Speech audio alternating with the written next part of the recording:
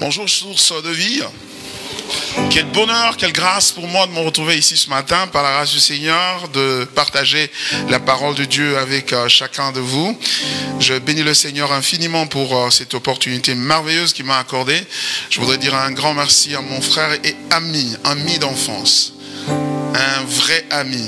Mon frère, le pasteur Freddy Mwamba et sa chère épouse charmante, Maman Grâce Mwamba. Merci infiniment pour cette marque de confiance et merci à tous les leaders de l'église de me témoigner cet amour et surtout cette marque de confiance. Je voudrais également dire merci à vous, Source de Vie, l'église, de me recevoir ici. Je me sens heureux. Quelle adoration! Waouh! Quelle adoration! Là, ça m'a secoué. Ça m'a fait énormément du bien. Ça m'a transporté dans la présence du Seigneur. Et je voudrais vous rendre l'appareil avec la parole. Alors on va prier un tout petit peu et puis on va se mettre en route, ok? Seigneur notre Dieu, notre Père, nous sommes toujours émerveillés de nous approcher de toi et surtout de ta parole. Ta parole est la vie, ta parole nous transforme, ta parole nous fait énormément du bien. Qu'il te plaise encore ce matin de nous toucher, de nous transformer et de glorifier ton nom et surtout de nous aider à connaître Jésus au travers de ce moment de partage de ta parole. Merci pour le Saint-Esprit qui est là en activité pour glorifier Christ et nous nous en remettons à lui totalement. Au nom de Jésus, Amen. Ce matin, je voudrais vous entretenir sur ce sujet. L'évangile selon le Fils de Dieu. L'évangile selon le Fils de Dieu, c'est le thème de mon message. Et pour ce faire, j'ai un certain nombre d'écritures, mais les plus importantes sont les suivantes. D'abord, nous sommes dans 2 Corinthiens, chapitre 4, versets 3 à 6. 2 Corinthiens, c'est une épître de l'apôtre Paul. Là, nous sommes au chapitre 4 de Corinthiens. À partir du verset 3, certains qui ont déjà lu le texte biblique, ce texte, sont très familiers à ce texte. On va le lire le premier et puis ensuite on va lire un second texte qui constitue la moelle épinière de cette prédication aujourd'hui. Je disais donc 2 Corinthiens chapitre 4 à partir du verset 3. Check. Si notre évangile est encore voilé, il est voilé pour ceux qui périssent, pour les incrédules dont le Dieu de ce siècle a aveuglé l'intelligence afin qu'ils ne visent pas briller la splendeur de l'évangile de la gloire de Christ qui est l'image de Dieu. Nous ne nous prêchons pas nous-mêmes, c'est Jésus-Christ, le Seigneur que nous prêchons et nous nous disons vos serviteurs à cause de Jésus. Car Dieu, qui a dit « La lumière brillera du sein des ténèbres » a fait briller la lumière dans nos cœurs pour faire resplendir la connaissance de la gloire de Dieu sur la face de Christ. Il y a un second texte que nous allons lire et cette fois-ci, nous sommes dans les évangiles et plus précisément dans Luc chapitre 15. Luc chapitre 15, c'est toujours dans le Nouveau Testament. On se tient debout, on va lire le texte ensemble. Amen. Je vais lire et vous allez suivre la lecture. Elle est quelque peu longue, mais elle vaut vraiment la peine, vous allez vous en apercevoir. Je commence à partir du verset 1er. Luc chapitre 15, à partir du verset 1er. Tous les publicains et les gens de mauvaise vie s'approchaient de Jésus pour l'entendre.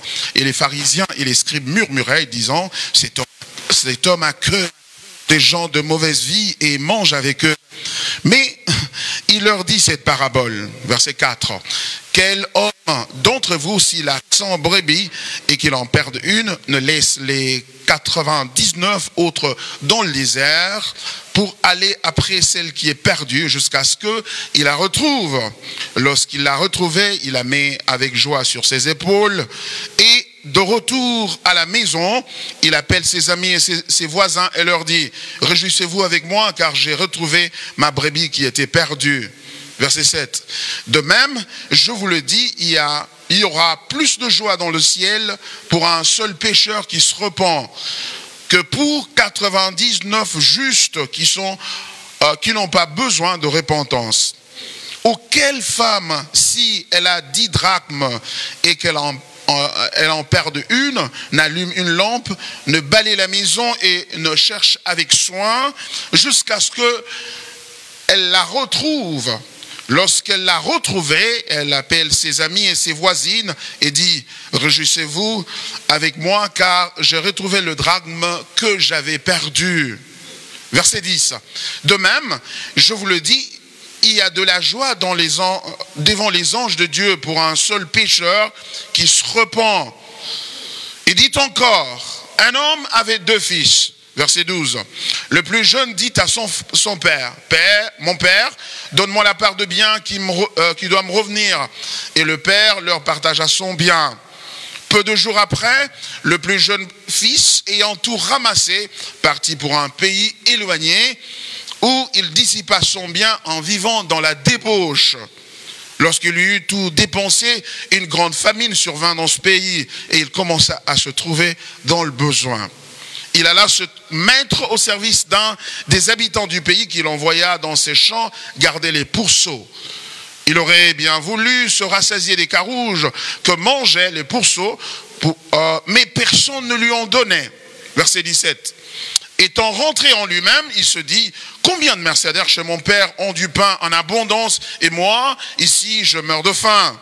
Je me lèverai, j'irai vers mon père et je lui dirai, mon père, j'ai péché contre le ciel et contre toi, je ne suis plus appelé ton fils. Traite-moi comme l'un de tes mercenaires. Verset 20. Et il se leva et alla vers son père, comme il était encore loin. Son père le vit et fut ému de compassion. Il courut se jeter à son cou et le baisa. Le fils lui dit, mon père, j'ai péché contre le ciel et contre toi. Je ne suis plus digne d'être appelé ton fils. Mais le père dit à ce serviteur, apportez vite la plus belle robe et l'enrevêtez. Mettez-lui un anneau au doigt et des souliers aux pieds. Amenez le veau gras et tuez-le, mangeons et réjouissons-nous. Car mon fils que voici était mort et il est revenu à la vie. Il était perdu et il est retrouvé. Et ils commencèrent à se réjouir. Verset 25. Or, le fils aîné était dans le champ. Lorsqu'il revint et approcha de la maison, il entendit la musique et les danses. Il appela un des serviteurs et lui demanda ce que c'était. Verset 27. Ce serviteur lui dit, ton frère est de retour. Et parce qu'il l'a retrouvé en bonne santé, ton père a tué le veau gras. Il s'est mis en colère et ne voulut pas entrer. Son père sortit, le pria d'entrer. Mais il répondit à son père, voici, il y a tant d'années que je te sers sans avoir jamais transgressé tes ordres. Et jamais tu ne m'as donné un chevreau pour que je mange, que je me réjouisse avec mes amis. Et quand ton fils est arrivé, celui qui a mangé ton bien avec des prostituées, c'est pour lui que tu as tué le veau gras. Mon enfant, lui dit le père, tu es toujours avec moi et tout ce que j'ai est à toi. Mais il fallait bien s'égayer et se réjouir parce que ton frère que voici était mort et il est revenu à la vie parce qu'il était perdu et qu'il est retrouvé. C'est la parole du Seigneur. Prière de reprendre vos places. L'évangile selon le Fils de Dieu. Merci. L'évangile selon le Fils de Dieu. Vous savez, nous avons l'évangile selon Matthieu dans la Bible, nous avons l'évangile selon Marc, nous avons l'évangile selon Luc et selon Jean. Mais nous n'avons pas un évangile selon Jésus, parce que Jésus n'a écrit aucun évangile. Il n'a laissé aucun écrit après lui. Il n'a rien écrit. Cependant, de son vivant, il a clairement et très simplement articulé ou présenté en ses propres termes l'évangile. Le mot évangile veut dire la bonne nouvelle. Et la bonne nouvelle ne peut pas être comprise sans la mauvaise nouvelle de laquelle elle émerge. Parce que une bonne nouvelle n'est pas bonne à moins qu'il y ait une mauvaise nouvelle. Sinon, c'est juste une nouvelle. Elle est bonne parce qu'il y a une mauvaise. Et la mauvaise, c'est laquelle? Et quand vous demandez aux gens qui vont à l'église, quelle est la mauvaise nouvelle? Ils vont dire, Satan, c'est la mauvaise nouvelle. Les démons, c'est la mauvaise nouvelle. Les maladies, c'est la mauvaise nouvelle. Les malédictions, c'est la mauvaise nouvelle. Le péché, c'est la mauvaise nouvelle.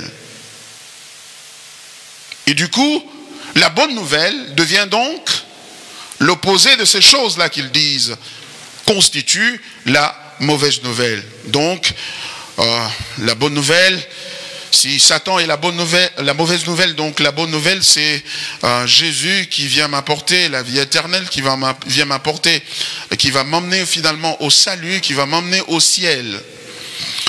Mais il est important d'interroger la Bible pour se rendre compte de ce dont la Bible parle concernant la bonne nouvelle, et ce particulièrement dans les termes que Jésus l'a libellé ou l'a présenté. Et ça, c'est très important. Alors, pour le faire, nous allons commencer d'abord par ce texte de 2 Corinthiens que nous avons lu tous ensemble. Vous vous rappelez, nous étions dans 2 Corinthiens chapitre 4, versets 3 à 6. L'apôtre Paul est en train de dire quelque chose de très intéressant ici concernant la bonne nouvelle. L'apôtre Paul, c'est celui-là, l'un des apôtres, on l'appelle le 13e apôtre, parce que lui, du vivant de Jésus, il n'était pas là. Il n'était pas l'un de ses disciples. Il s'est converti longtemps après la mort et la résurrection de Jésus. Il était un pharisien, un persécuteur de l'Église. Mais un jour, sur le chemin de Damas, alors qu'il se rendait vers cette ville de Damas, il va rencontrer le Seigneur Jésus. Il va donc rencontrer l'Évangile. Et finalement, Dieu va l'utiliser pour qu'il devienne un apôtre, un témoin de Jésus qui annonce l'évangile. Et voici comment, lui, il a défini l'évangile. Il dit ceci, il dit, si notre évangile est encore voilé, il est voilé pour ceux qui périssent. Si notre évangile, quel évangile? L'évangile de Jésus-Christ qu'il était en train de prêcher. S'il est encore voilé, il est voilé pour ceux qui périssent. Et il continue sa phrase au verset 4 pour définir en des termes très clairs et simples ce qu'il entend par ceux qui périssent. Il dit pour les incrédules. Les incrédules, c'est qui? C'est ceux qui ne croient pas à l'évangile. Les incrédules dont le Dieu de ce siècle, il fait allusion à Satan, a aveuglé l'intelligence, c'est-à-dire la capacité de comprendre, de discerner et de saisir ce que c'est que l'évangile. Et pourquoi Satan l'a fait? Il répond à cette question disant, verset 4, afin qu'il ne vise pas briller la splendeur de l'évangile de la gloire de Christ, qui est l'image de Dieu. La raison pour laquelle Satan a aveuglé plusieurs, c'est que ce n'est pas qu'ils ne guérissent pas, ce n'est pas que les démons ne les quittent pas, ce n'est pas qu'il n'y ait pas de solution à leurs problèmes. Mais l'apôtre est en train de dire la raison pour laquelle le diable, Satan, le Dieu de ce siècle a aveuglé le monde, les incrédules et donc ceux qui périssent, c'est qu'ils ne soient pas en mesure de voir la splendeur de l'évangile de la gloire de Christ. L'évangile porte sur la gloire de Christ. Ça porte sur la gloire de Christ. La gloire dont Christ est revêtu. Et ce Christ-là, il est l'image de Dieu. Du coup, nous comprenons que la gloire dont Christ brille, c'est la gloire de Dieu, son Père. La gloire, parce que Christ est le reflet de l'image de son Père, comme nous le dit Hébreux chapitre 1er, versets 1 à 4. Et ainsi il dit, nous ne nous prêchons pas nous-mêmes, c'est Jésus-Christ le Seigneur que nous prêchons. Merci. C'est Jésus-Christ le Seigneur que nous prêchons. Et nous nous disons vos serviteurs à cause de Jésus. Et remarquez au verset 5, il est en train de dire que nous ne prêchons pas nous-mêmes. Lorsque nous venons à vous, nous ne vous prêchons pas nous-mêmes. Nous ne parlons pas de nous-mêmes. Nous ne parlons pas de nos costumes. Nous ne parlons pas de nos chaussures. Nous ne parlons pas de nos maisons. Nous ne parlons pas de nos expériences. Nous ne parlons pas de ce qui nous concerne. Mais nous vous pointons vers Jésus-Christ. Nous vous parlons de lui. Parce que c'est de lui qu'il s'agit. Et vous allez voir que cela est un problème que nous avons aujourd'hui dans l'église. Beaucoup de gens qui vont dans l'église ne comprennent pas ce que c'est l'évangile parce qu'ils n'ont jamais été exposés à l'évangile. Et la grave crise que j'observe aujourd'hui dans l'église, c'est la disparition progressive du christianisme dans l'église. Ça veut dire quoi? Ça veut dire que de moins en moins dans l'église, on entend parler de l'évangile, de Christ.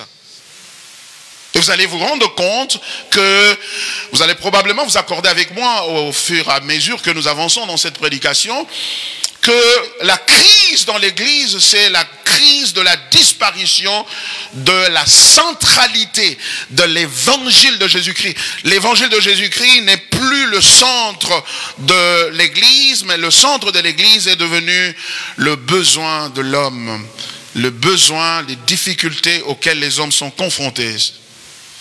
Et si je pouvais ressusciter les morts ce matin et que je pouvais faire des miracles extraordinaires, croyez-moi, cette salle serait pleine. Et l'apôtre dit, car Dieu qui a dit, la lumière brillera du sein des ténèbres, a fait briller la lumière dans nos cœurs pour faire resplendir la connaissance de la gloire de Dieu sur la face de Christ. Remarquez quelque chose. L'apôtre dit au verset 5, nous ne prêchons pas nous-mêmes, c'est Jésus-Christ, que le Seigneur que nous prêchons, et nous nous disons, vos serviteurs, à cause de Jésus. Nous prêchons Christ, mais pour comprendre ce Christ-là, au verset 6, il dit,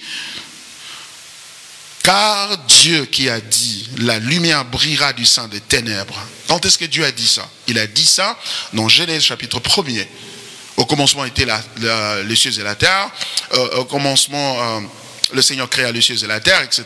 Il y avait les ténèbres qui couvraient la surface de la terre et l'Esprit du Seigneur se mouvait au-dessus des eaux. Et Dieu dit que la lumière soit. Et la lumière fut. Et l'apôtre dit ici que car Dieu qui a dit que la lumière soit, car Dieu qui a dit la lumière brillera du sein des ténèbres, ce même Dieu-là, il a fait quelque chose aujourd'hui aussi en nous. C'est qu'il a fait briller la lumière dans nos cœurs pour faire resplendir la connaissance de la gloire de Dieu sur la face de Christ. En d'autres termes, il est en train de dire ceci. Il est en train de dire, ce que nous vous prêchons, c'est l'évangile. Et cet évangile porte sur la personne de Jésus et ce que Jésus a fait.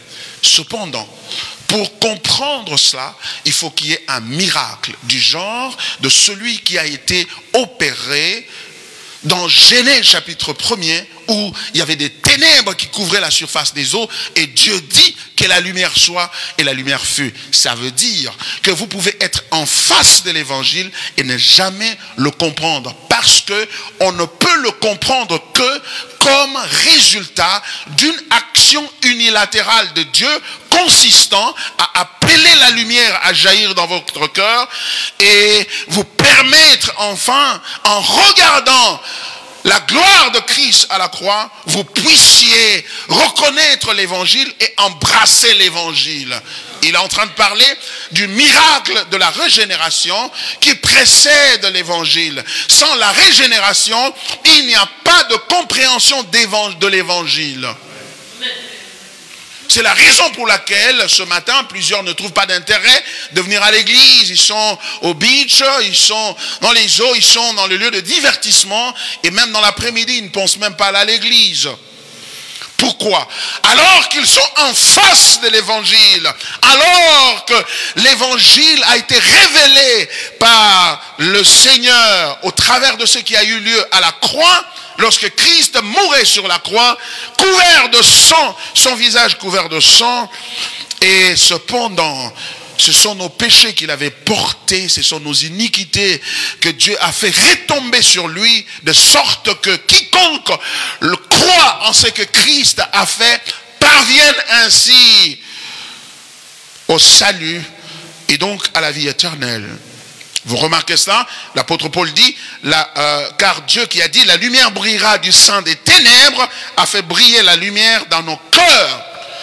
Pour quelle raison? Il a fait briller la lumière pour quelle raison? Il le dit, il répond à la question, il dit, pour faire resplendir la connaissance de la gloire de Dieu qui est sur la face de Christ, lequel Christ crucifié, parce que dans 1 Corinthiens chapitre 2 verset 2, il a dit, je n'ai pas voulu entendre autre chose parmi vous, sinon Christ est lui crucifié. En d'autres termes, lorsque Jésus-Christ sur la croix était en train de mourir, il était couvert d'une gloire. Cependant qu'il n'était pas perceptible par tout le monde parce que la croix était un instrument de torture par l'Empire romain et ça n'inspirait aucune convoitise à qui que ce soit le regarder à la croix. C'était répugnant à regarder. C'était dégueulasse, personne n'était attiré à cela. Cependant, sur son visage, il y avait une gloire qui couvrait la gloire du Père, parce qu'il est lui-même l'image du Père. Il y avait la gloire sur la face de Christ. Mais pour voir cette gloire-là, il faut qu'il y ait un miracle. Ce miracle-là, c'est que Dieu doit parler dans votre cœur. Et quand il la lumière va jaillir. Et quand cette lumière va jaillir, quand vous vous tournez vers la croix, cette croix rugueuse, cette croix sanglante, elle vous paraît la chose la plus glorieuse qui soit au monde. Et ça conduit à la nouvelle naissance et à la transformation de vie. Le problème, c'est que plusieurs qui viennent à l'église, ce qu'ils voient briller, ce n'est pas la croix, mais c'est le monde. C'est-à-dire la santé, la prospérité, les avoirs et finalement le ciel, pour entrer au ciel. Il y a beaucoup de gens qui veulent entrer au ciel. L'évangile ne nous promet pas d'abord le ciel. Il nous promet Christ. Car le salut n'est pas un lieu géographique où nous devons aller. C'est une communion, c'est une relation avec Dieu qui change tout. Et pour vous le démontrer, nous allons dans Luc chapitre 15, où nous allons voir Jésus lui-même nous étaler l'évangile au grand jour. Et il est fait en face des pharisiens. Allons-y. Il dit ceci, regardez. Luc chapitre 15. C'est ma prière que vous ne sortiez pas d'ici sans rencontrer ce Jésus, sans rencontrer l'évangile aujourd'hui. C'est ma prière. Le texte est long, je vais lire et je voudrais que vous puissiez être ensemble avec moi. Que nous puissions traquer, nous puissions suivre ensemble. Regardez, les deux premiers versets, Luc est en train d'introduire ce que Jésus va dire. Il va introduire. Il fait un travail éditorial. Regardez, il dit, tous les publicains et les gens de mauvaise vie s'approchaient de Jésus pour l'entendre. Le publicain, c'était des collecteurs d'impôts, des gens qui étaient réputés des corrompus, de mafieux. Car il percevait l'impôt sur le juif notamment et prenait une partie de cet impôt et l'empochait. C'était des gens, des corrompus, du genre de Zachée. Vous vous rappelez, lorsqu'il a rencontré Jésus, il a admis lui-même que, écoute, j'avais escroqué les gens, j'avais rançonné les gens, je peux rembourser 4 fois ce que j'avais dérobé d'eux. Il dit, les publicains et les gens de mauvaise vie, notamment les prostituées en Israël. Une prostituée, c'était quelqu'un de mauvaise vie. Alors ces gens-là de mauvaise vie sont venus s'attrouper autour de Jésus pour l'entendre. Verset 2. Le texte dit ceci. Et les pharisiens et les scribes murmuraient, disant quoi? Cet homme a accueille des gens de mauvaise vie et mange avec eux. Le pharisien et le scribe, c'était des religieux, des gens qui allaient à l'église, qui allaient dans des synagogues prier, et les gens qui s'affichaient comme des observateurs scrupuleux des Écritures, de la loi de Moïse. Ils priaient en public, ils avaient une vie apparemment exemplaire. Mais jusqu'à ce que Jésus vienne et expose leur paganisme, ils ont commencé à murmurer, ils disent, en d'autres termes, mais si ce type ici était vraiment le fils de Dieu, serviteur de Dieu, il se serait rendu compte de la qualité des gens qui l'entourent. Il n'est vraiment pas vrai. Parce qu'un bon prophète de Dieu doit s'éloigner absolument de gens de mauvaise vie. En d'autres termes, il voulait donc insinuer que si il y a des gens qui devaient l'entourer, ce devaient être des gens comme nous.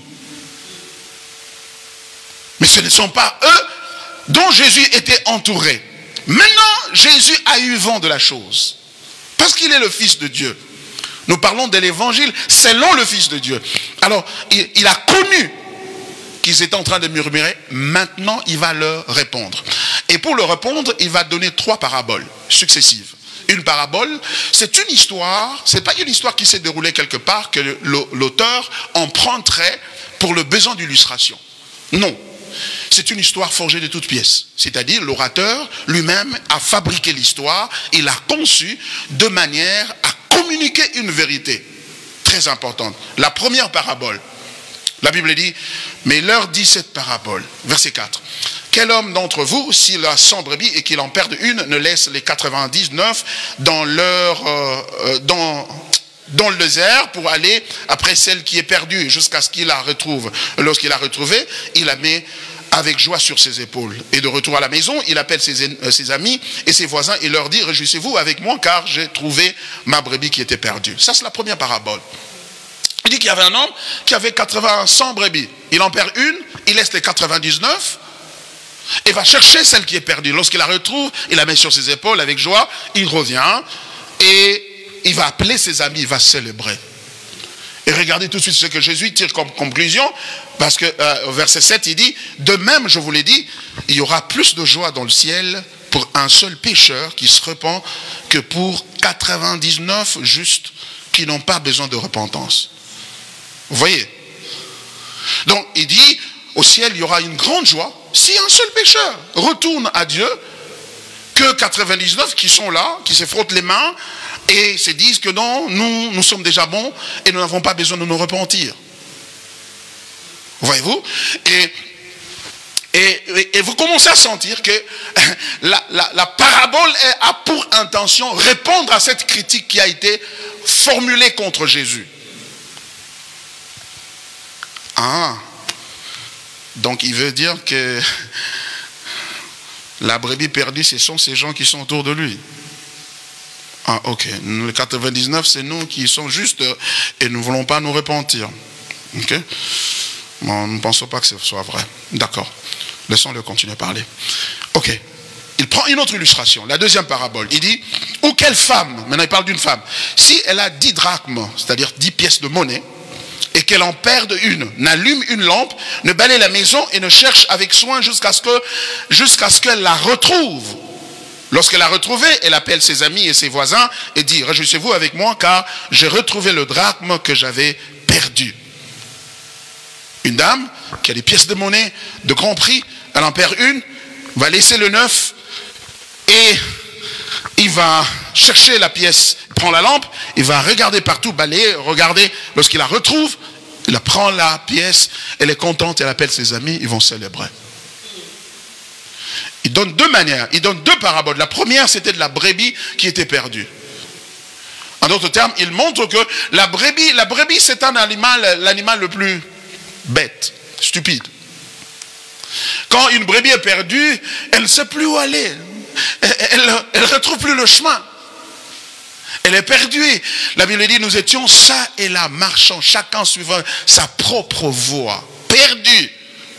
C'est ça le péché. Le péché vous donne l'impression que vous maîtrisez la situation. Que vous savez ce que vous faites. C'est mon copain, c'est ma copine, c'est mon argent, c'est ceci, c'est cela. Et ça vous donne l'impression d'être en train de contrôler les choses, alors que vous êtes en train de vous perdre. Le péché vous donne l'impression de maîtriser les choses et maîtriser même la spiritualité. Vous priez beaucoup, vous lisez la Bible, etc. Vous avez l'impression que vous avez le contrôle, mais vous êtes déjà perdu, vous ne vous en rendez pas compte. Mais une deuxième manière de se perdre, c'est comme la drachme. La drachme, c'est une pièce de monnaie, elle n'a pas d'intelligence, et lorsqu'elle est perdue quelque part, elle est tombée quelque part, elle est perdue, eh bien, elle ne sait même pas qu'elle est perdue. 2, elle ne peut jamais faire un mouvement vers son propriétaire.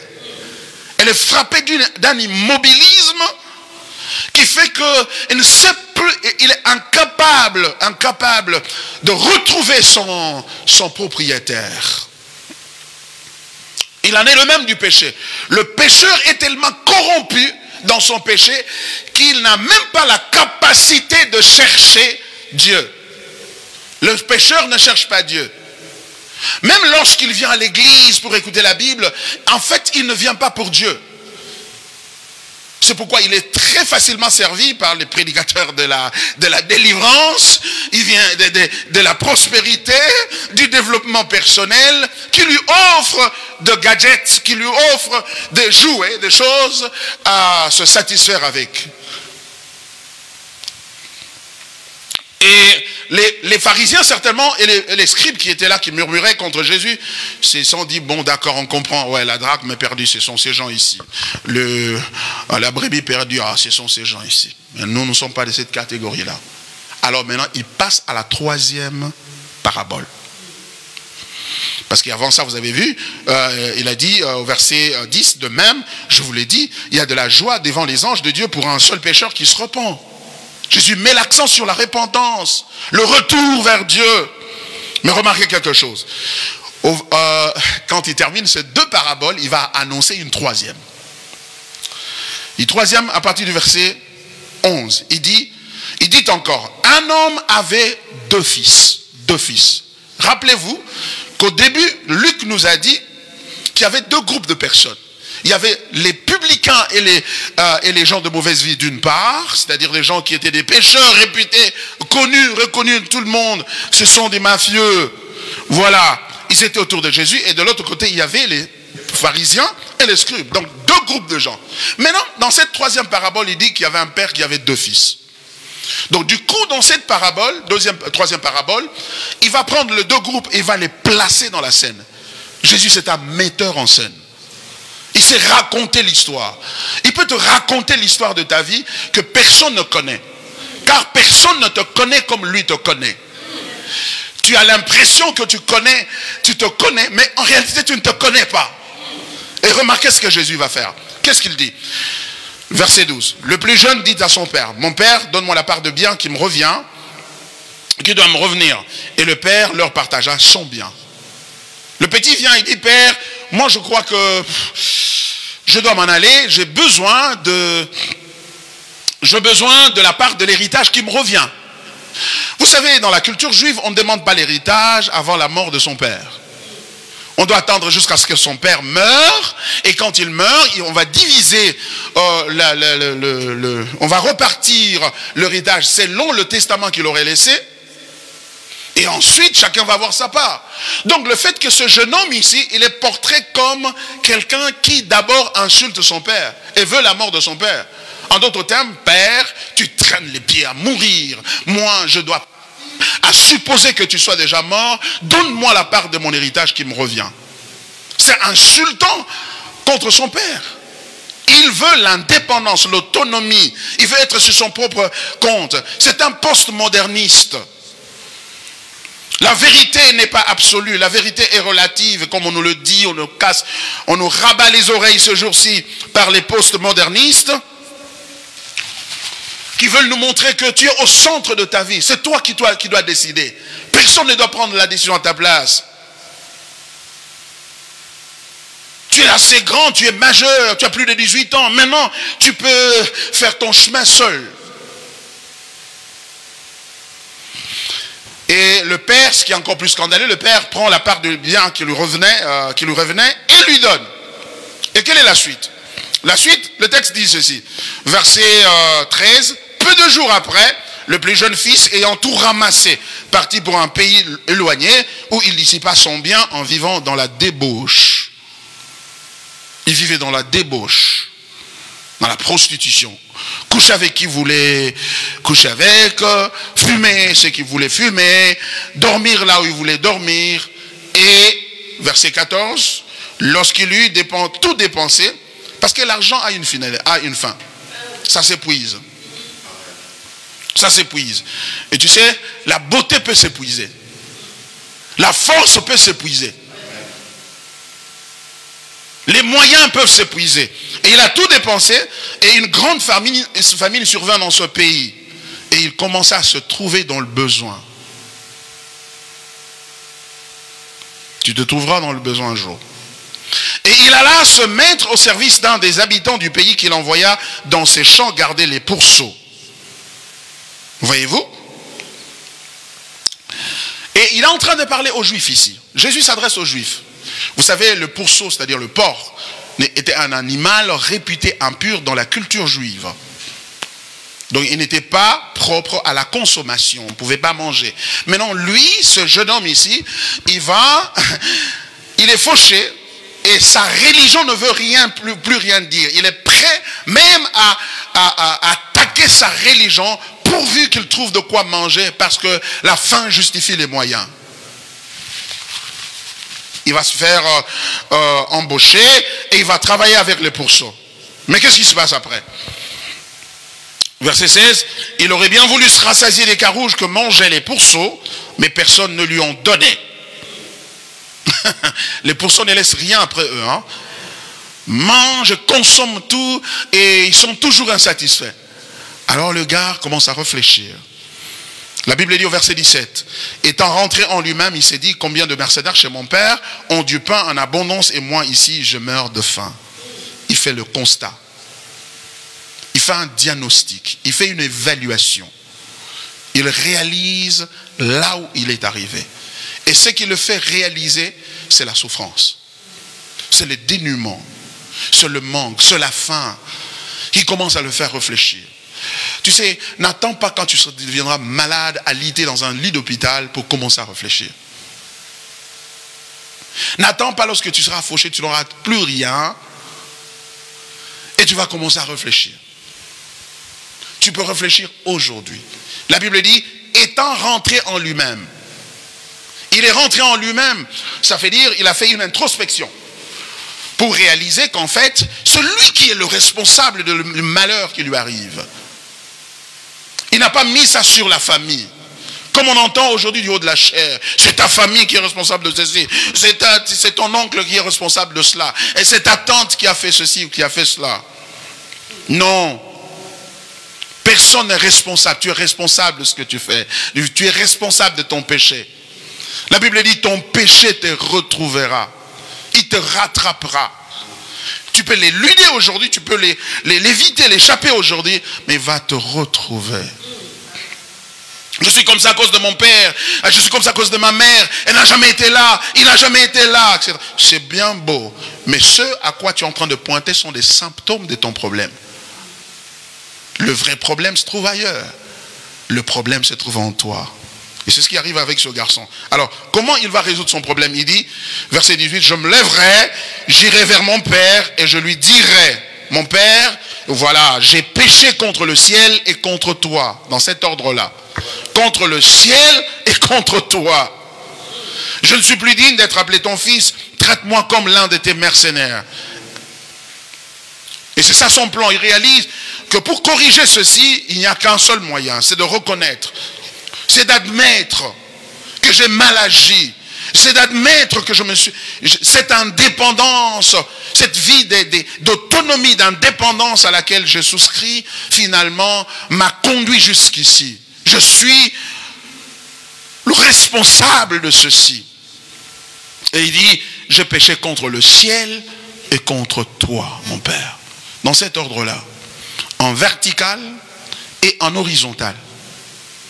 Il n'y a pas d'évangile sans la croix, sans ces deux axes-là. Et au cœur de ces deux axes se trouve être la question du péché. Le péché n'est pas juste une faiblesse. Le péché n'est pas juste une erreur de la vie. Le péché est un affront contre le Créateur et contre son prochain.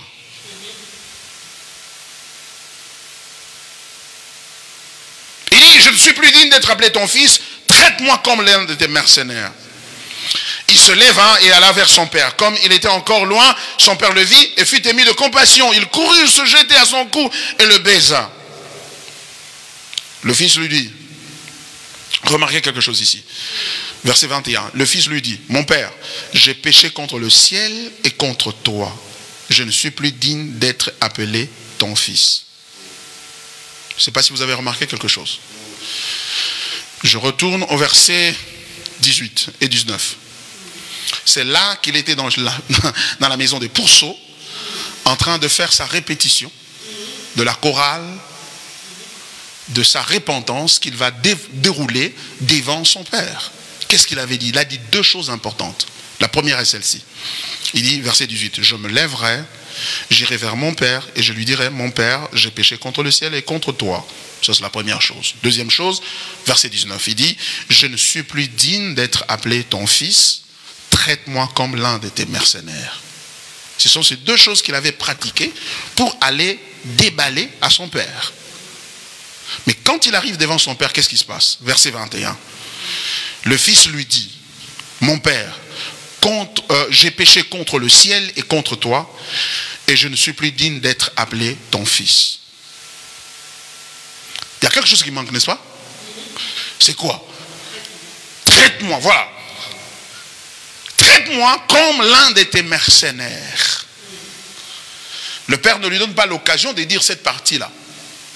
Il l'interrompt parce que tout de suite il va dire, verset 22, mais le père, c'est-à-dire il y a une conjonction là qui introduit une contradiction, mais le père dit à ses serviteurs, apportez vite la plus belle robe et l'enrovetez. Mettez-lui un sandal au doigt et des souliers aux pieds. Amenez-le veau gras et tuez-le. Mangeons et réjouissons-nous, car mon fils que voici était mort et il est revenu à la vie. Il était perdu et il est retrouvé. Et ils commencèrent à se réjouir. Qu'est-ce qui s'est passé? Voici ce qui s'est passé. Le fils a fait bien d'admettre, de reconnaître son erreur. Il a péché contre le ciel et contre son père. Oui. Mais seulement il avait un plan de réparation. Il dit, traite-moi comme l'un de tes mercenaires. Il y avait deux types de serviteurs sur la propriété du père. Il y avait des esclaves qui travaillaient là, qui n'avaient pas de salaire et qui vivaient là. Mais les mercenaires, c'était comme des journaliers qui venaient travailler et à la fin de la journée, on leur remettait. D'abord, pendant qu'ils travaillent, ils ont de la nourriture pour manger et à la fin de la journée, on leur donnait un salaire. Et ils rentraient chez eux, le lendemain, ils revenaient et ainsi de suite. C'était des mercenaires. En d'autres termes, ce garçon a réalisé que moi, ici, je n'ai même pas de quoi manger. Chez mon père, les gens ont du pain en abondance. Les gens qui n'ont aucune qualité, mais qui sont là comme des travailleurs, ils ont quand même le temps de manger. Ici, je manque même le manger. Mais je vais faire quoi? Je vais retourner vers mon père. Je vais lui dire que j'ai péché, mais je vais réparer les choses. Ça veut dire, je vais lui dire qu'il me traite comme l'un de ses mercenaires. Pourquoi? Parce que de cette manière-là, j'aurai de quoi manger. Et ensuite, j'aurai un petit salaire à la fin de la journée. Et quand j'aurai un petit salaire de la journée, c'est tout ce que j'aurai. Parce que, pourquoi? Parce qu'il avait déjà demandé la part de l'héritage qui lui revenait. Il n'avait plus rien, il n'avait plus droit à quoi que ce soit là-bas, à la maison du père. Donc, il est en train de demander de revenir comme un mercenaire pour être payé par le père et de cette manière-là. Donc, en d'autres termes, il reconnaît qu'il n'est plus fils. Parce que à la qualité de fils est attaché un héritage, un droit légitime. Et il revient à la maison du père, il se repent, mais il dit, je vais travailler pour ma survie ici. En d'autres termes, il corrompt la grâce. Il corrompt la grâce. Il conçoit la grâce comme juste un moyen pour revenir Mais la grâce est complètement absente dans son paradigme, dans son modèle, dans sa conception des choses, en ce qui concerne sa survie chez son père. En d'autres termes, il considère la grâce comme une introduction à la vie, à la réconciliation avec son père. Et quand la réconciliation a eu lieu, le reste, ce sont les efforts. Effort perso. Ce sont les efforts personnels maintenant qui vont l'aider à survivre et à se nourrir. C'est ce que nous voyons à l'église aujourd'hui. On ne prêche plus l'évangile, on ne prêche à la limite l'évangile qui est juste une introduction à la vie des chrétiennes. La grâce pour être pardonné. Mais pour le reste, tu dois travailler pour ta délivrance. Tu dois entrer dans la profondeur. Tu dois aller vraiment chercher. Tu dois lutter vraiment fort. Tu dois vraiment, il y a des 21 jours à faire. Il y a de ceci, il y a de cela. Non pas que jeûner est mauvais. Mais le problème, c'est l'utilisation de cette pratique. Qui devient une sorte d'échange qu'on donne à Dieu. 7 points pour être béni. 14 principes du succès. 15 pas pour entrer dans sa destinée. C'est-à-dire que tu dois faire quelque chose pour que tu entres dans ces choses-là. Parce que si tu ne le fais pas, tu n'y entreras pas. Et vous savez, le comble, c'est quoi? Le comble, c'est que quand tu fais ces choses-là, et que tu ne vois pas les résultats escomptés, les résultats auxquels tu t'attends, ta petite foi là s'ébranle complètement. Et tu ne peux plus marcher, tu ne peux plus vivre avec Dieu, tu ne peux plus continuer à te réjouir devant à Dieu. Et c'est pour cela qu'aujourd'hui à l'église, on nous casse les oreilles avec l'histoire des démons. Parce que nous ne pouvons craindre Dieu qu'à cause des démons. Je crains Dieu parce que si je ne crains pas Dieu, Satan va m'attaquer. Je vais ouvrir les portes et les portes d'entrée vont ruiner ma vie. Il refuse la grâce. Mais le Père, qu'est-ce que le Père dit? La Bible dit, le Père alla vers lui. Il l'a embrassé. Quand il s'est repenti, il lui a pas donné le temps de parler de son mercenariat, de sa carrière de mercenaire dans la maison du Père. Et il lui a même pas donné ce temps-là. Il a interrompu et il a dit, célébrons parce que mon fils que voici, pas mon mercenaire que voici, était parti, il est rentré. Il dit, mon fils que voici, il est rentré à la maison. Alléluia. Le fils, il rentre comme la qualité de fils. Et c'est pourquoi le Père va dire, s'il vous plaît, donnez-lui les sandales aux pieds, revêtez-lui d'une robe nouvelle et donnez-lui un anneau au doigt. Un anneau qui est un symbole de l'autorité à engager la famille, à signer des contrats pour le compte de la famille, au nom de la famille. Et comme si cela ne suffisait pas, le Père va dire, tuez le veau gras. Je vais revenir à ce veau gras là pour vous dire ce que ça veut dire. Tuez le veau gras, dansons et célébrons parce que mon fils qui était parti, il est revenu. Il est dans la joie. Et rappelez-vous, dans la première parabole, il a dit, lorsqu'un pécheur se repent, le ciel est dans la joie. Même les anges se réjouissent. Quelqu'un qui était parti, il est revenu. Et vous avez l'impression que cette famille était en crise. Le jeune fils était parti. Il est revenu, on a célébré. La crise est finie. Non, c'est pas fini. Pourquoi? Mais parce qu'il y avait un grand frère. Regardez le grand frère, qu'est-ce qui se passe avec lui? Parce qu'il y avait 2 fils, n'est-ce pas? 2 fils. Le verset 25 dit, or le fils aîné était dans le champ. Lorsqu'il revint et approcha de la maison, il entendit la musique et les danses. Il appela un de ses serviteurs et lui demanda ce que c'était. Ce serviteur lui dit, ton frère est de retour. Et parce qu'il a retrouvé en bonne santé, ton père a tué le veau gras. Il s'est mis en colère et ne voulut pas entrer. Son père sortit et le pria d'entrer. Ça n'a pas marché bien. Son grand frère, l'aîné, qui lui était resté à la maison, qui n'avait pas demandé la part de son héritage, il était dans le champ lorsque cette fête, lorsque son jeune frère était rentré à la maison et que cette fête a été déclenchée. Il est à l'extérieur, en train de travailler. On dit qu'il était dans les champs. Le départ du jeune frère a appauvri la maison, a appauvri la famille, mais lui, il est resté là, continue à travailler, à enrichir la famille. Et quand il revient, il entend le bruit des danses. Je vais sauter, sauter, on va louer. Mais il ne comprend pas qu'est-ce qui est en train de se passer. Moi, je n'avais pas laissé, ce n'est même pas l'anniversaire de papa aujourd'hui, c'est encore moins de maman. Maman était née en octobre, nous sommes encore au mois de juillet. Donc, qu'est-ce qui est en train de se passer? Il n'y a aucun anniversaire, il n'y a rien. Qu'est-ce qui est en train d'arriver? Et l'un de ses serviteurs va sortir vers lui et dire, oh, tu sais quoi? Ton frère là, qui était parti, il est revenu. C'est pourquoi le papa a organisé une fête en son honneur. Waouh! Et lorsqu'il entend ça, on lui aussi d'entrer dans la fête et dire, oh, mon frère est revenu, gloire à Dieu. Non, c'est pas ce qu'il fait. Il est furieux, il reste à l'extérieur et il veut en découdre avec son père. Et il dit, niet, moi je ne vais pas entrer dans cette fête. Parce que ça, c'est encourager le mal. Un troubadour qui appauvrit la famille et qui est parti, il a dilapidé le bien de la famille en vivant dans la désinvolture, dans la débauche, dans tous les cabarets et les clubs de Lausanne. Maintenant, il revient, il va être célébré en prince. Comment expliquer ça? Quelle absurdité! Qu'est-ce que j'entends là? Il est dehors, il est furieux. Et son père sort pour le rencontrer.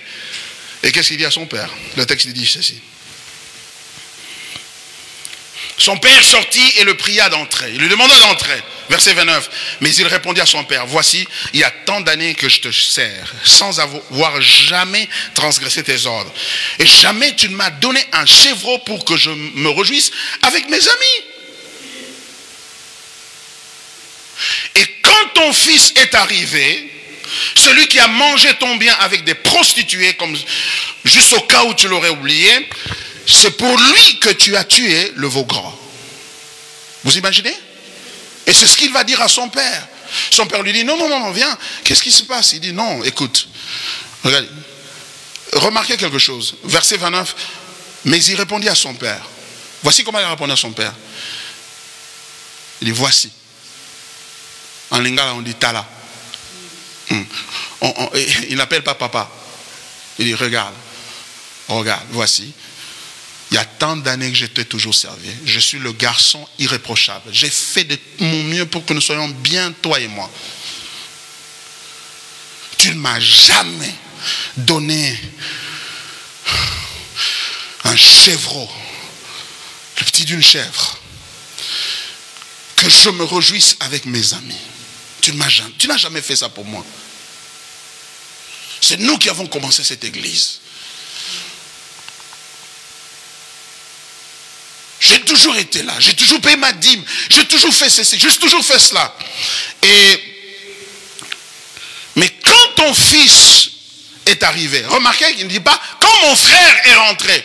Non, il s'est dissocié de lui, il dit, quand ton fils est rentré, ton fils est arrivé, celui qui a mangé ton bien avec des prostituées, c'est-à-dire il lui rappelle le caractère immoral de son père, de son frère. C'est pour lui que tu as tué le veau gras. Verset 31. Mon enfant, lui dit le père. Le fils dit, ton frère, ton fils, il se distance de la famille, clairement. Mais lorsque le père lui parle, il dit, mon enfant. Lui dit le père, tu es toujours avec moi et tout ce que j'ai est à toi. C'est correct. Pourquoi? Parce que ce gars ici avait déjà pris la partie de son héritage, était parti, donc techniquement parlant, tout ce qui était resté à la maison, c'était pour son frère. Et c'est la raison pour laquelle le frère se met en colère. Parce qu'il estime qu'il a un droit de la parole sur la manière dont l'héritage, qui du reste lui appartient, doit être absolument géré. Mais le père dit, verset 32, mais il fallait bien s'égayer et se réjouir parce que ton frère que voici était mort et qu'il est revenu à la vie parce qu'il était perdu et qu'il est retrouvé. Il fallait bien qu'on s'égaye et on se réjouisse parce que ton frère, il avait dit non, ton fils. Le père lui dit, ton frère était parti, maintenant il est revenu Il fallait qu'on s'égaie, on se réjouisse. Et cette histoire ici, et pendant qu'il est en train de donner cette parabole, les pharisiens et les scribes sont en train de l'écouter attentivement. Ok, nous avons compris. Donc le petit frère, ce sont ces publicains et les gens de mauvaise vie qui sont autour de lui. Les grands frères, le pieux, l'obéissant, c'est nous. C'est nous. Le petit frère est parti, il est revenu. Donc il s'est entouré de ces gens parce que ils sont revenus, ils se sont repentis. Et nous, le grand frère, nous sommes restés dehors. Et quand il en arrive là, vous sentez dans la manière de narrer l'histoire, normalement, Jésus devait dire quelque chose du genre, après le verset 32, donc disons le verset 33 maintenant, qui n'est pas là. Jésus aurait pu dire... Et après, quand le fils aîné a entendu ça, et il s'est assagi, il a dit, bon, ça va, j'accepte, je comprends quand même. Bon, entrons quand même dans la fête et que la famille redevienne une et une seule. Et le conflit serait terminé. Mais Jésus ne continue pas la parabole. Il l'arrête en queue de poisson. Comme pour dire... Vous me critiquez que je m'entoure de gens de mauvaise vie. Vous pensez que parce que vous pensez que vous êtes bon. Parce que vous n'avez rien à changer. Vous n'avez pas de quoi vous repentir. En réalité, le travail que j'ai fait ici, c'est le travail que vous devez faire. Vous ne le faites pas. Moi, je viens, je le fais. Et vous me critiquez, pensant que vous êtes juste. Je vous laisse dehors. Et dans l'histoire, il laisse le grand frère dehors pour leur dire que vous n'êtes pas plus de cette famille. Mais la question c'est celle-ci. Pourquoi le grand frère est resté dehors, il fulminait, il était en colère, il ne voulait pas entrer? Quelle est la raison? Il le dit lui-même dans le texte. Regardez. Quelle est la raison? Il dit ceci. Verset 29.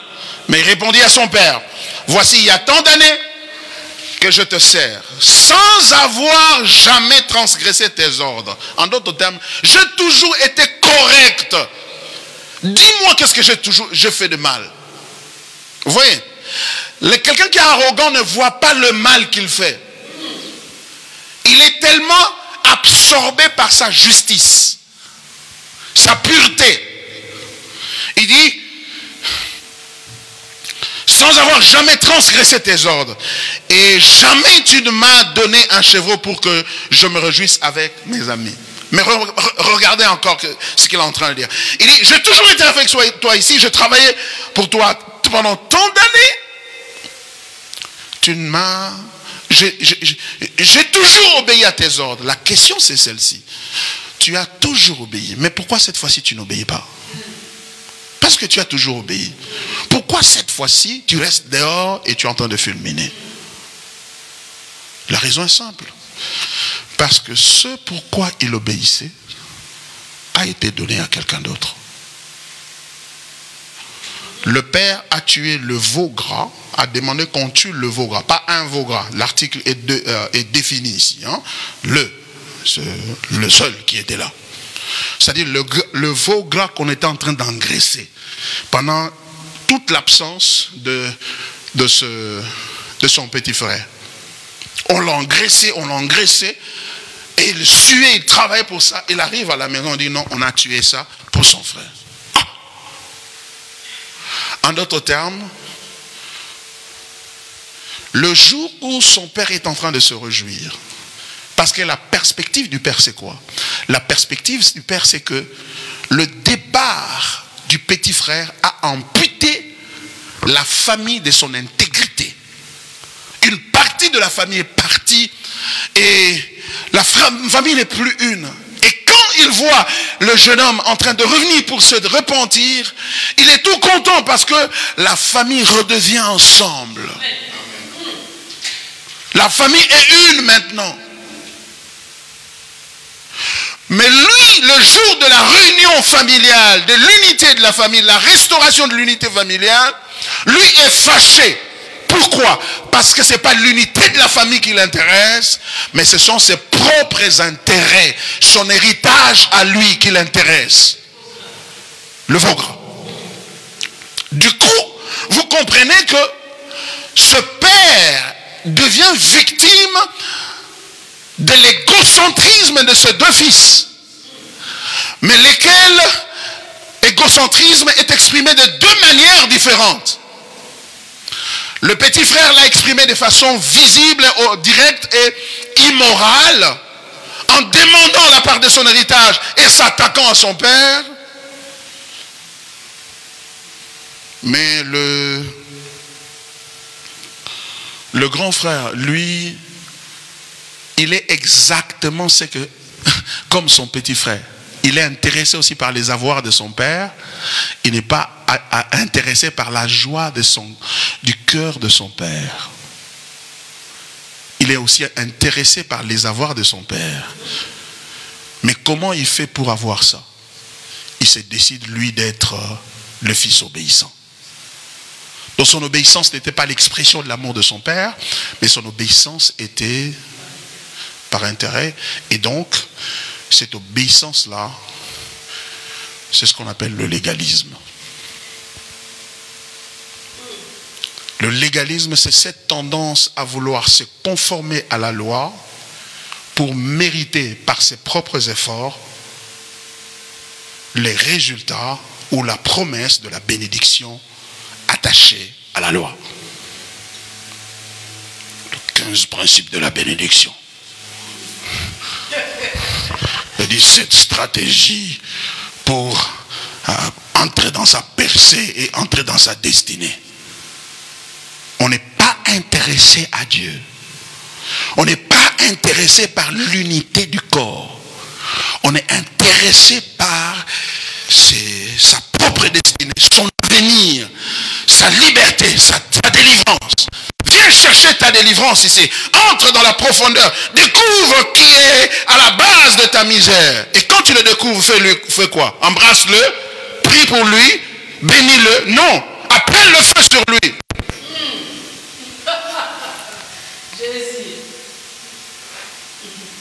Quand tu découvres qui est à tes trousses, qui est le responsable de ta misère, ce que tu dois faire, il faut rentrer dans le camp de l'ennemi. Je viens briser tout ce qu'ils ont pris. Je viens détruire tout ce qu'ils ont fait contre moi. Et quand les pasteurs se lèvent devant l'église et disent, tous ceux-là qui t'ont fait du mal cette année, personne ne va subsister au nom de Jésus. Amen. Pourquoi? Et c'est exactement l'attitude de ce grand frère. Il n'est pas content. Son frère a été et il a été honoré. Il y a deux fils ici. Le petit frère et le grand frère. Mais il y a un troisième fils. Vous l'avez vu? Dans l'histoire. Vous avez vu le troisième fils? Oui ou non? Vous n'avez pas vu ça? Mais il est là. C'est le fils qui raconte l'histoire. C'est le fils qui raconte l'histoire. Le Christ, le Fils du Dieu vivant. C'est pourquoi le thème de mon message, c'est l'évangile selon le Fils de Dieu. Pas selon le fils de l'immoralité ou le fils légaliste, le religieux. Il y a deux manières de se perdre. Il y a deux manières de commettre le péché devant Dieu. La première manière, c'est l'immoralité. C'est saouler la gueule au petit matin. Voler, tricher, vivre avec un homme ou une femme qui n'est pas ton conjoint, faire le sexe avant le mariage, voler, tricher, ça c'est de l'immoralité. Et tout le monde, lorsqu'on regarde ça, on dit, ça c'est le péché. Ça on sait reconnaître c'est le péché. Mais il y a une deuxième manière de pécher qui n'est pas reconnue. C'est le péché par la religion. Le péché par la sanctification. C'est-à-dire, on se purifie, on obéit à Dieu, on suit le commandement de Dieu, de manière à ce qu'on puisse vider Dieu de toute raison de ne pas nous bénir. Pour dire à Dieu, tu Tu m'as demandé de payer la dîme, j'ai payé. Tu m'as demandé de prier pendant 3 jours, j'ai prié. Tu m'as demandé de m'abstenir du sexe, je me suis abstenu. Tu m'as demandé de ne pas voler, je n'ai pas volé. J'ai fait tout ce que tu m'as demandé. Pourquoi mon ministère n'avance pas? Pourquoi mon église ne marche pas? Pourquoi mon mariage ne marche pas? Pourquoi je ne me marie toujours pas? Pourquoi je n'ai pas ça? Alors que tu as dit dans ta parole, si tu fais ceci, tu seras béni. Dans le champ, dans ton panier, tu seras béni. Car plusieurs obéissent à la parole de Dieu pour endetter Dieu. Et malheureusement, c'est nous les pasteurs qui encourageons ça. Nos prédications sont devenues comme une fermentation du légalisme. Et lorsque ce gars ici n'a pas obtenu ça, n'a pas obtenu, on a tué le veau gras pour lequel il travaillait, il a quitté l'église à Longwenaye.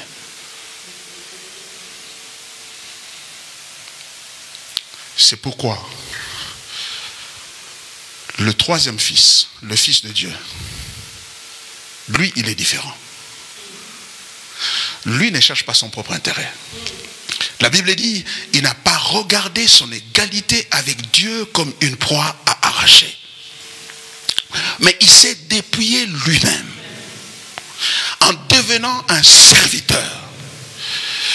Il s'est humilié jusqu'à la mort. Et jusqu'à la mort de la croix. Pour quelle raison? La Bible nous donne la raison. C'est dans Matthieu. Le texte que je vous ai cité là, c'est Philippiens chapitre 2, versets 5 à 11. Mais dans Hébreux chapitre 12, regardez pourquoi il s'est humilié. Regardez. Le texte dit ceci. Je tends vers la fin de mon sermon. Hein. Excusez-moi de vous ennuyer. «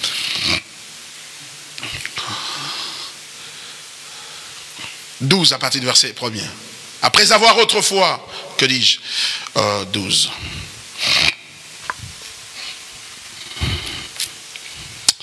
Nous donc aussi, puisque nous sommes environnés d'une si grande nuée de témoins, rejetons tout fardeau et le péché qui nous enveloppe si facilement. Et courons avec persévérance dans la carrière qui nous est ouverte, ayant les regards sur Jésus, le chef et le consommateur de la foi, qui, en vue de la joie qui lui était réservée, a souffert la croix, méprisé l'ignominie et s'est assis à la droite du trône de Dieu. Vous avez entendu ça? Il dit, ayant le regard sur Jésus, le chef et le consommateur de la foi, qui, en vue de la joie qui lui était réservée, en vue de la joie qui lui était réservée. Quelle est cette joie? On dit, il a souffert la croix, il a méprisé l'ignominie. L'ignominie, c'est la honte, le discrédit d'être à la croix nu à son âge, à 33 ans, être nu devant toutes les filles de quartier, etc. Ce n'est pas une affaire de jouissance. Mais il a méprisé ça. Pourquoi? À cause de la joie qui lui était réservée. Quelle est cette joie? Le texte nous l'a dit, il nous l'a dit lui-même, qu'il y a une grande joie au ciel. Le Père se réjouit dans le ciel lorsqu'un pécheur se repent. En d'autres termes, il est en train de dire que la joie de Christ, à la différence du petit frère et du grand frère de l'histoire de l'enfant prodigue, la joie de Christ, c'est exactement la joie du Père, de voir la famille réunie. Car ceux qu'il a connus d'avance, il les a prédestinés à être semblables à l'image de son fils, afin que son fils fût le premier-né entre plusieurs frères. Et ceux qu'il a prédestinés, il les a appelés. Ceux qu'il a appelés, il les a justifiés. Ceux qu'il a justifiés, il les a glorifiés. Le Seigneur Jésus est venu sur la terre. Il a quitté la gloire du ciel. Il a quitté son veau gras. Il l'a laissé, il l'a abandonné. Il est venu sur la terre. Alléluia. Il s'est dépouillé. Pourquoi? Parce que l'objectif de son cœur, c'était de s'emparer du cœur de son Père. Le cœur du Père, de Dieu le Père, était déchiré en deux parce que à cause du conflit entre la justice de Dieu qui demandait réparation à cause du péché qui avait été commis par l'homme. Ils ont commis le péché. Le salaire du péché, c'est la mort. Il faut les détruire. Mais de l'autre côté, il est un Dieu d'amour qui peut pardonner. Mais comment il peut pardonner sans les frapper? Son cœur était déchiré. Et Jésus a vu cette déchirure-là. Et il veut rendre la joie de son père à son père. Qu'est-ce qu'il fait? Il se rend volontaire. La Bible dit, tu n'as voulu ni sacrifice ni holocauste, mais tu m'as formé un corps. Alors je dis, me voici, Père, je viens pour faire ta volonté. Je viens pour avoir des planètes? Non. Je viens pour avoir ton argent? Non. Je viens pour ton cœur. Le cœur de son père. Et il est venu. Il a dit, Père, moi je vais m'offrir à leur place. Comme ça, la peine qui leur revient, tu vas la faire reposer sur moi. Tu vas me tuer pour eux. Et quand tu m'auras tué, ta justice n'aura plus à te retenir. Et tu vas les embrasser. Et tu vas les recevoir dans ta maison. C'est ça le christianisme. C'est ça l'évangile. L'évangile, c'est la bonne nouvelle selon laquelle le Fils du Dieu vivant a voulu réjouir le cœur de son Père. Il est venu sur la terre et en le faisant, il nous a montré que dans tous les ciels là-bas, il n'y a pas plus important et plus réjouissant que le cœur de son Père. Il dit, regardez au cœur de mon Père. C'est pourquoi dans la prière, il nous a dit, lorsque vous priez, dites, notre Père qui est aux cieux, notre Père. Commencez par le Père, ne commencez pas par l'argent. L'argent vient après, le pain quotidien vient après, mais ça commence avec le Père. Cherchez premièrement la justice de Dieu, le royaume de cieux, et le reste vous sera donné par-dessus tout. Et c'est ça le drame. Je pleure sur ces choses parce que, bien aimé mon Seigneur, l'Église a été corrompue, l'Église a été détournée de l'Évangile. On nous promet des bénédictions, des choses que Dieu va nous donner. Du coup, nous ne venons pas à Dieu pour Dieu, mais nous venons à Dieu pour les avoir. C'est comme si tu voulais te marier avec quelqu'un juste pour avoir les papiers. C'est méchant. C'est méchant. Tu veux te marier avec lui à cause de son argent. Tu n'as rien à voir avec lui. Tu n'as rien à voir avec elle. Tu veux te marier, lui faire des enfants, avoir ton papier, et quand tu as ton papier, tu es parti. Et le cœur de l'autre, tu t'en fous éperdument. Et le dimanche, on va à l'église et on va donner la dîme. Pour quelle raison? Nous n'avons pas besoin de vos dîmes et de vos offrandes. Dieu a besoin de cœur. Revenez à Dieu de tout votre cœur. Cherchez Dieu de tout votre cœur. Vous ne serez jamais heureux et joyeux tant que l'objectif de votre chrétienté, de votre ministère, de ce que vous prêchez, vous dites aux gens, c'est de gagner la notoriété et entrer dans votre destinée. Et ce n'est pas gagner le cœur de Dieu. Vous serez jugé.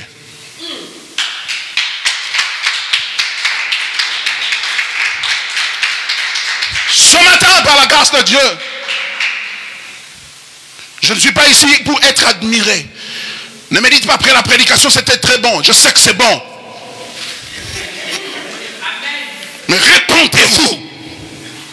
Ce dont Dieu a besoin, c'est que vous et moi, nous puissions nous joindre. Nous tournons vers le Seigneur, dit, Jésus, je vais t'aimer pour ce que tu es.